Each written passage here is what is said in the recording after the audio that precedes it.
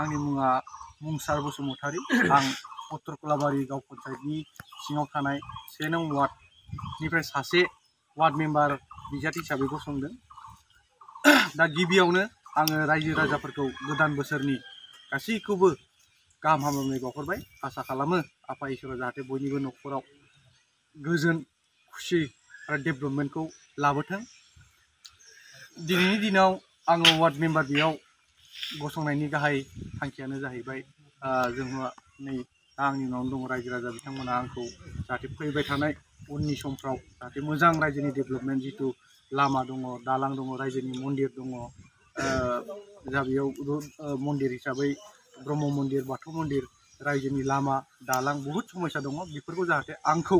रायजोफ्रा आसा खालामदों जे बिथाङा मोनसे परिबर्तन लाबोगोन मोनसे सोलायनाय लाबोगोन बा डेभेलपमेन्टखौ मोजाङै मावफुंनो हागोन होननानै बिथांमोना आंखौ बिजाथि हिसाबै गसंदों आरो लोगोसे आंबो बिथांमोननि खावलायनाय लेखायैनो आं दिनै बिजाथि हिसाबै गसंनानै जोंनाव कन्टेस्ट दङ साथाम आरो बिथांमोना साथाम कन्टेस्ट दंबाबो गोबां रायजोआनो आंखौ मदद होदों आरो आसा खालामो आङो उननि समाव बिथांमोननि मददजों 100% देरहालांगोन आरो लोगोसेयैनो ओनसोलनि जितु जोंनि समस्या बेफोरखौ आं मावफुंलांनो हागोन होननानै दिनै जे कन्टेस्ट दङ बेखौ नों फेक्टर हिसाबै सानो नामा दिनैनि दिनावथ' आं बिथांमोनखौ फेक्टर हिसाबै साना बिथांमोनाबो ओंखारदों हय खिन्थु जितु रायजोफ्रानो आंजों गासिबो दंजोबो हिसाबै आंहा मोनसे फोथायनाय दङ 100% जोङो देरहानानै फैगोन बिथांमोनखौ मा खावलायहरनो सानो बिथांमोनखौथ' आं मा खावलायनो दा बिथांमोनाबो कन्टेस्ट हिसाबै ओंखारदों दा उइद्र'नि टाइमबो गैला बिथांमोनाबोथ' कन्टेस्टखौ खालामखासिगोन जेरैखि जाया खालामथोंसै माथो बुंबावनो आरो रायजो राजाफोरखौ मा खावलायगोन रायजो राजाफोरखौ खावलायनाय थाबाय जाहाथे आंनि जितु वार्ड मेम्बार गेलेनायाव नोंथांमोननिनो बा ओनसोलनिनो रायजोनि खामानि मावफुंनो थांनायाव जाहाथे आंखौ खदालनि सिनाव भट होनानै देरहासार खालामगोन होननानै आङो मिजिंथिबाय आरो गुरै खावलायहरनाय थाबाय दिनै माबाफोर हाबाफोर लादोंमोन नामा दिनै जोंहा जोंनि वार्डआवनो बाइक रेलि लानाय जादोंमोन बेयाव बाइक रेलि लानायाव जोङो 45 खान बाइकआव गंसे बाइकआव सानै खरै जोङो गंसे न'खरनिफ्राय सासे खरै कालेक्सन खालामनानै जाय बिथांमोना आंखौ सहाय होग्रा बिथांमोनानो गावसोरनो ओंखारबोनानैहाय जोंहा बाइक रेलि खालामनानै जिहेतु जोंनाव कन्टेस्ट दङ साथाम मोनसे वार्डआवनो साथाम दङ गोगोम बिथांमोनाबो दा बिथांमोना आंनिनो बिदा जायो आरोखि दा थेवबो बिथांमोनखौ सायख'वालासिनो रायजोफ्रा दा आंखौ सायख'नानै आंनि दिनैनि बाइक रेलि लानायाव लोब ओंखारबोनानै हेफाजाब होदों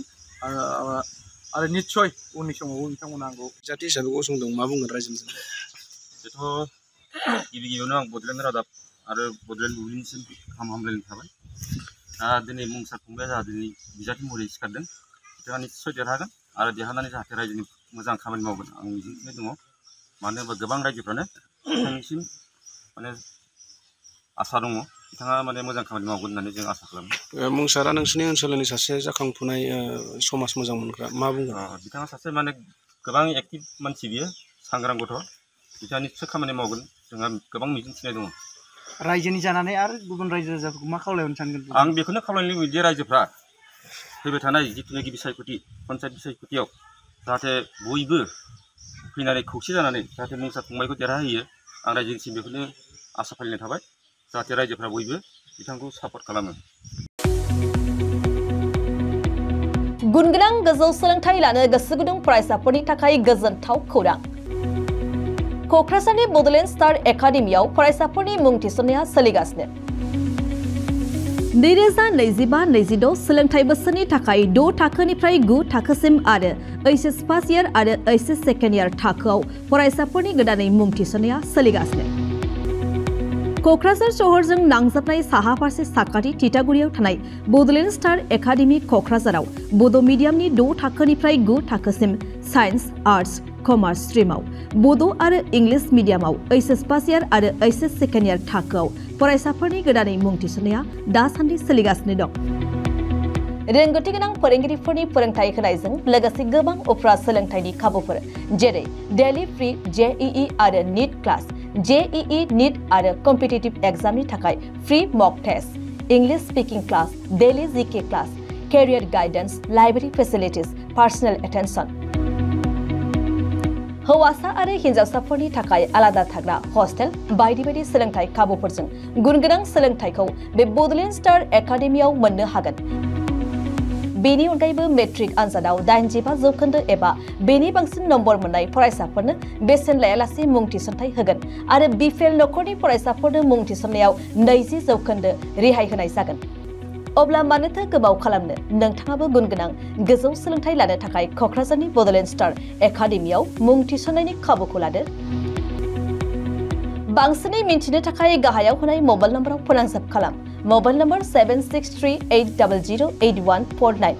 6003494371 आरो 6000034997।